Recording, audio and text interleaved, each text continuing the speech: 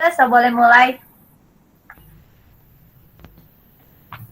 Baiklah, pada saat ini kami kelompok 1 akan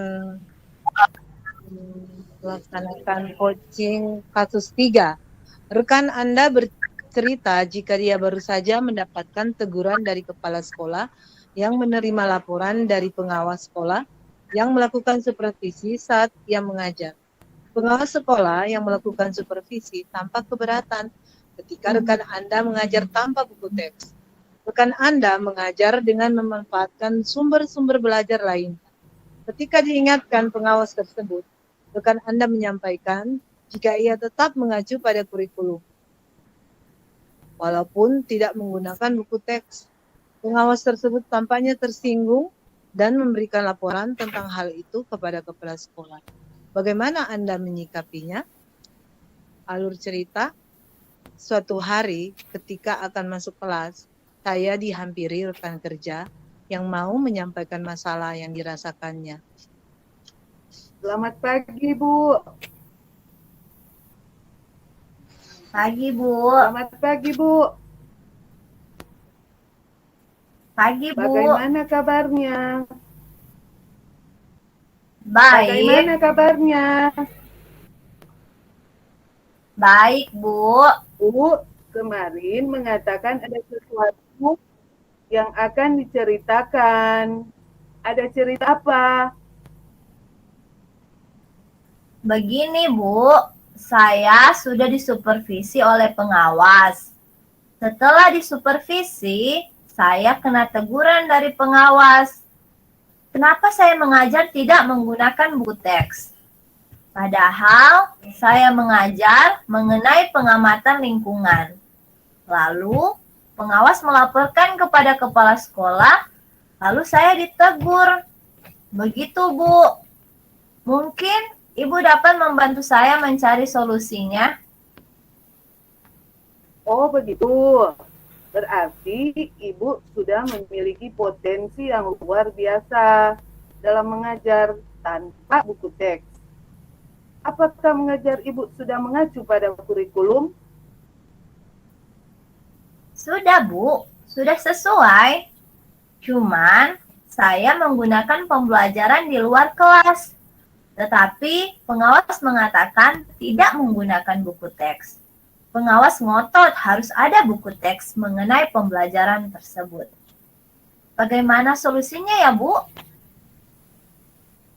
Oh, begitu. Kira-kira dari diskusi kita hari ini, kita akan mencari solusi atau kira-kira yang diinginkan Ibu bagaimana ya? Saya ingin mencari solusi untuk menjelaskan kepada kepala sekolah bahwa cara mengajar saya sudah benar.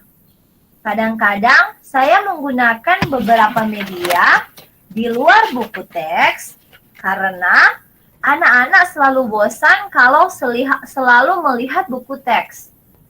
Sehingga saya merubah cara mengajarnya dengan metode yang bervariasi dan anak-anak pun merasa senang. Jadi, maksud saya seperti itu, Bu. Bagaimana caranya saya menjelaskan kepada kepala sekolah ya? Oh, begitu. Jadi yang diharapkan nanti, Ibu bisa menemukan solusi dari masalah ini. Sebetulnya, ketika pembelajaran, apakah Ibu sudah mempersiapkan bahan ajar untuk siswa tersebut? Sudah, Bu. Mulai dari perangkat pembelajaran, RPP, media, dan lainnya. Cuman, pada saat itu, saya sedang menggunakan PowerPoint. Kemudian, setelah itu, anak-anak melakukan pengamatan di luar kelas. Kemudian, saya merespon pertanyaan dan jawaban siswa. Masalahnya, waktu itu tidak memegang buku teks. Seperti itu, Bu. Padahal sudah bagus ya, Bu. Ibu telah memanfaatkan lingkungan. Lalu Ibu sudah mengembangkan potensi yang dimiliki Ibu. Nah, kemudian ketika mengajar tanpa buku teks, Ada kendala atau bagaimana? Kemarin dalam mengajar tidak ada kendala. Bahkan sebelum saya mengajar, saya sudah siapkan terlebih dahulu semua yang akan saya gunakan saat mengajar. Saya buat dalam PowerPoint supaya anak-anak tertarik. Itu sangat luar biasa, Bu.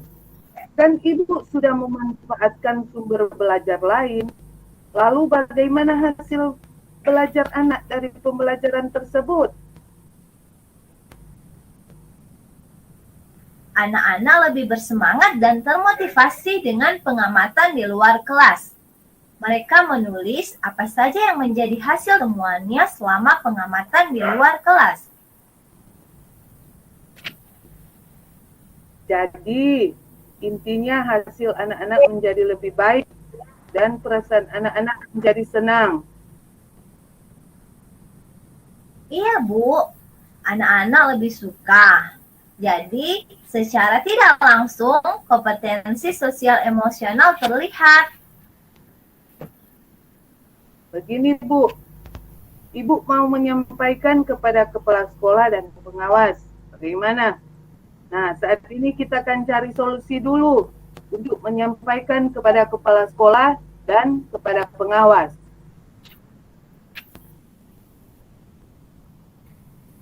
Nantinya saya akan datang kepada kepala sekolah untuk menyampaikan bahwa dalam pembelajaran saya sudah menyiapkan perangkat pembelajaran, RPP, media, serta sumber belajar yang digunakan.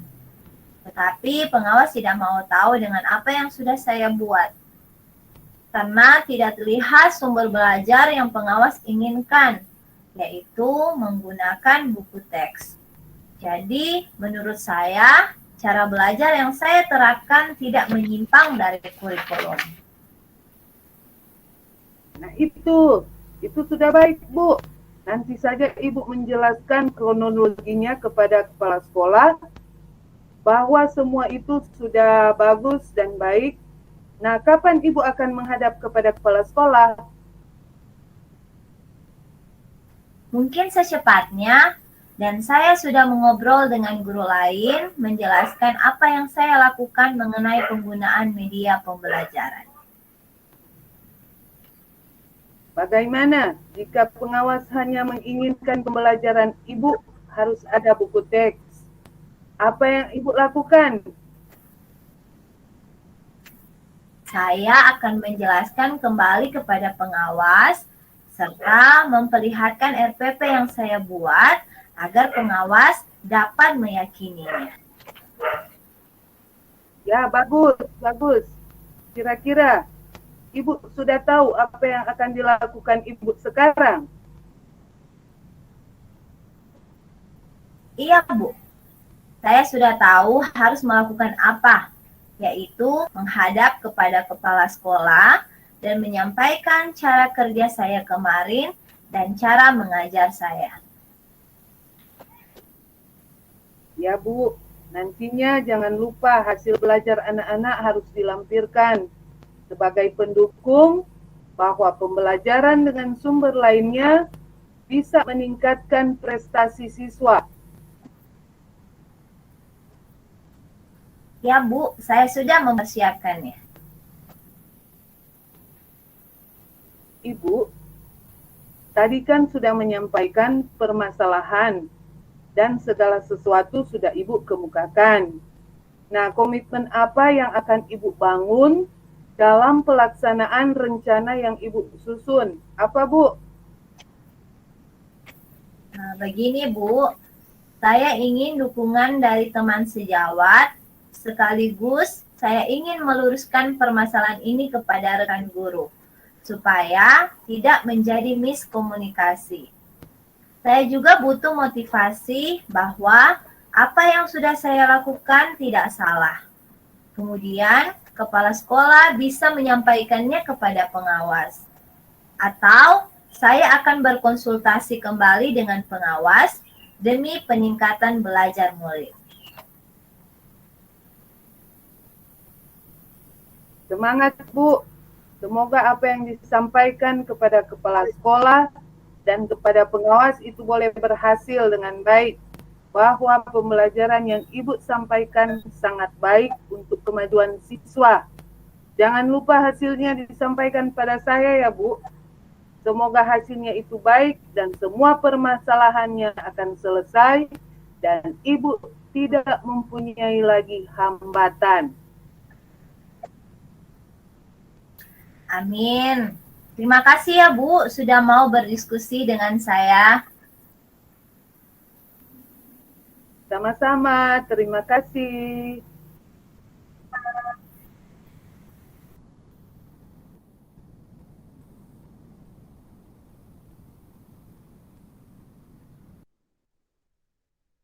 Sesi Demikian pengamat. coaching, ya demikian coaching kasus 3.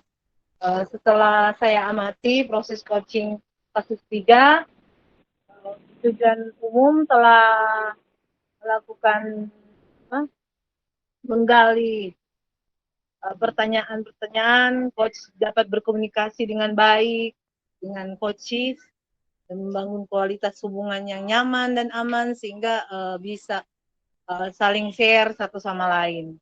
Kemudian diidentifikasi masalah, bisa menyatakan masalah yang terjadi pada saat itu, dan coach juga menguatkan, memberi penguatan kepada coaches. Dan rencana aksi antara coach dan coaches, ada pertanyaan serta umpan balik baik dari coach kepada coaches. Kemudian terakhir yaitu tanggung jawab. Tanggung jawab di mana coaches menuntun, membimbing coaches dalam menyelesaikan permasalahan dengan pertanyaan serta merefleksikan, mendengar, memberi pemahaman, komitmen, juga tantangan apa yang harus dilakukan oleh coaches nantinya, sehingga pada akhirnya dia bisa menyelesaikan permasalahan yang terjadi antara guru tersebut dengan pengawas sekolah. Terima kasih. Inilah pengamatan saya pada kasus 3. Oke, baik. Beri